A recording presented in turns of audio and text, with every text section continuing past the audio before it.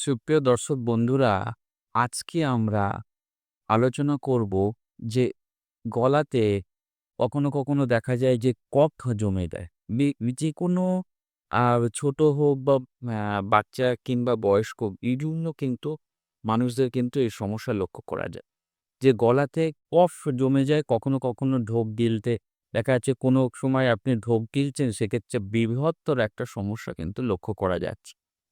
তো এই বৃহত্তর যখন সমস্যা লক্ষ্য করা যাবে বা আ শ্বাস নিতে বা প্রশ্বাস গ্রহণ করতে যখন প্রবলেম হবে, ঠিক সেই মুহূর্তে কি ধরনের অ্যাক্টিভিটি এবং তার cause, effect, home remedies in details এ আজকে আলোচনা করব।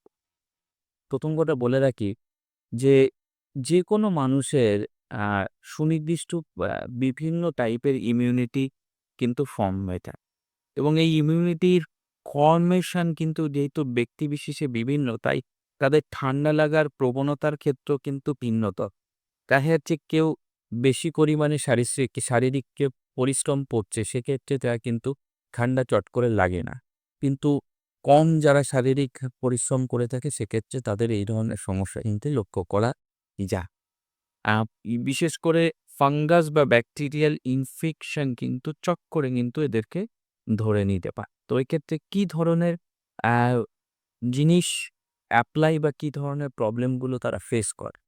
১ম কথা, যারা সারা বছর অ্যালার্জিতে ভোগেন, তাদের কিন্তু ফাঙ্গাস বা ব্যাকটেরিয়াল যে এফেক্ট মানে অ্যাট্রাকশন, আমাদের বায়ুমণ্ডলে যেহেতু প্রচুর পরিমাণে ফাঙ্গাস এবং ব্যাকটেরিয়া রয়েছে, প্রচুর পরিমাণে অ্যাট্রাক্টেড হয়ে যায় এবং মিউকাস অর্থাৎ কফ অ্যা একটা সাময়িক প্রোটেকশন দেয়, কিন্তু সেটাও কিন্তু একটা লিমিটেশন থাকে।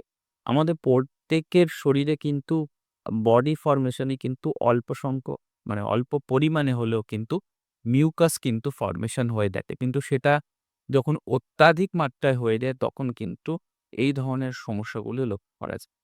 আবার ধরে নিতে পারেন যাদের সাইনাসের রিলেটেড প্রবলেম রয়েছে। তো এই সাইনাস জনিত যে সমস্যা, সেই সমস্যাগুলো যখন পরিলক্ষিত হয়, সেক্ষেত্রেও কিন্তু একটা হিউজ পরিমাণ সমস্যা কিন্তু লক্ষ্য করা গেছে। এছাড়া কোনো ক্ষেত্রে যে গ্যাস্ট্রোএসোফেগাল রিফ্লেক্সাল ডিজিজ অর্থাৎ জিইআরডি বা হাইপো অ্যাসিডিটি বা হাইপার অ্যাসিডিটি জনিত যে সমস্যাগুলো থাকে, সেক্ষেত্রেও কোনো ক্ষেত্রে এই ধরনের প্রবলেমগুলো কিন্তু কোনো পেশেন্ট ফেস করে।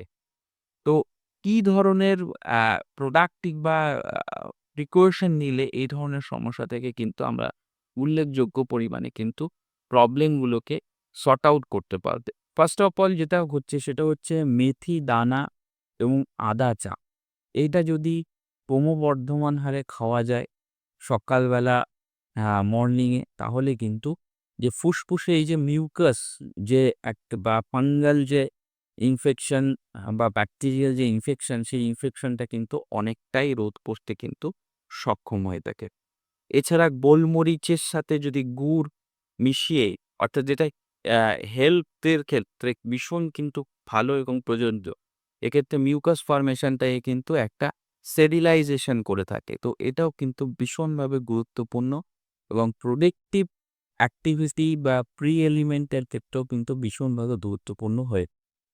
এছাড়া দেখা যাচ্ছে কারোর ফাঙ্গাস বা ব্যাকটেরিয়াল ইনফেকশন হলো, সেক্ষেত্রে কিন্তু গরম জলের ভাপ নেওয়াটা কিন্তু ভীষণভাবে জরুরি এবং গরম জলের ভাপ যদি নেয়া যায়, তাহলে কিন্তু ভীষণভাবে কিন্তু এই টিম ইয়ে ইনহেলিং করলে কিন্তু এই ধরনের সমস্যাটা কিন্তু অনেকটাই পরিলক্ষিত হবে এবং অনেকটাই রিডাকশন হবে।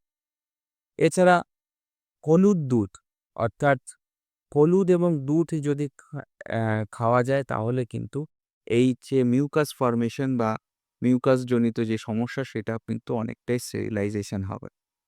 অ্যাজ ওয়েল অ্যাজ আরেকটা জিনিস ভীষণভাবে গুরুত্বপূর্ণ, সেটা হচ্ছে মধু মিশ্রিত করে, আদা মিশ্রিত করে একটা উষ্ণ কুসুম গরম জলে যদি খাওয়া যায়, সেটাও কিন্তু অনেকটাই রিডাকশন করে, স্টেরিলাইজেশন করে মিউকাসের ক্ষেত্রে। এবং বিভিন্ন ক্ষেত্রে আপনারা সকালবেলা উঠে যদি দেখা যাচ্ছে এই ধরনের ফাঙ্গাস বা ব্যাকটেরিয়াল ইনফেকশন বেড়ে যাচ্ছে, তাহলে কিন্তু ভীষণভাবে গুরুত্বপূর্ণ কিন্তু আপনাদের প্রাথমিকভাবে যেটা খুব গুরুত্বপূর্ণ, সেটা হচ্ছে গার্গলিং করা। কারণ এটা কিন্তু ফাঙ্গাস বা ব্যাকটেরিয়ার ইনফেকশন আমাদের যে এই থ্রোটটা রয়েছে সেটাকে কিন্তু অনেকটাই কিন্তু ভালো করে তোলে। ইনফেকশন রেট যে হারে ফাঙ্গাস বলুন বা ব্যাকটেরিয়াল ইনফেকশনটা যে হারে হয় সেই হারটা কিন্তু অনেকটাই কমিয়ে দেয়। এবং এইটা যদি ক্রমবর্ধমানভাবে কন্টিনিউয়াস করেন তাহলে কিন্তু এই ধরনের ঠান্ডা লাগা বা বিভিন্ন ধরনের যে সমস্যা সেই সমস্যাগুলো কিন্তু বিভিন্ন যে প্রবলেমেটিক এরা থেকে আপনি কিন্তু অনেকটাই ভালো থাকতে পারবেন। তো ভালো থাকুন, সুস্থ থাকুন।